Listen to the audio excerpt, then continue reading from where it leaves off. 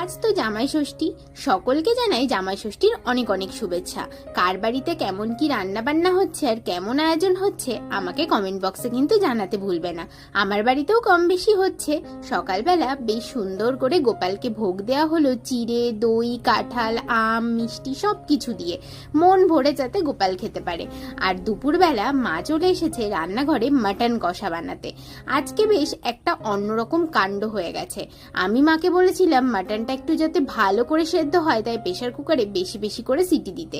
বেশি করে সিটি দিতে গিয়ে আজকে না মাংসটা একদম গলে গেছে, যেটা আমার হয়তো খুব পছন্দ। এইরকম মাংস খেতে আমি খুব ভালোবাসি।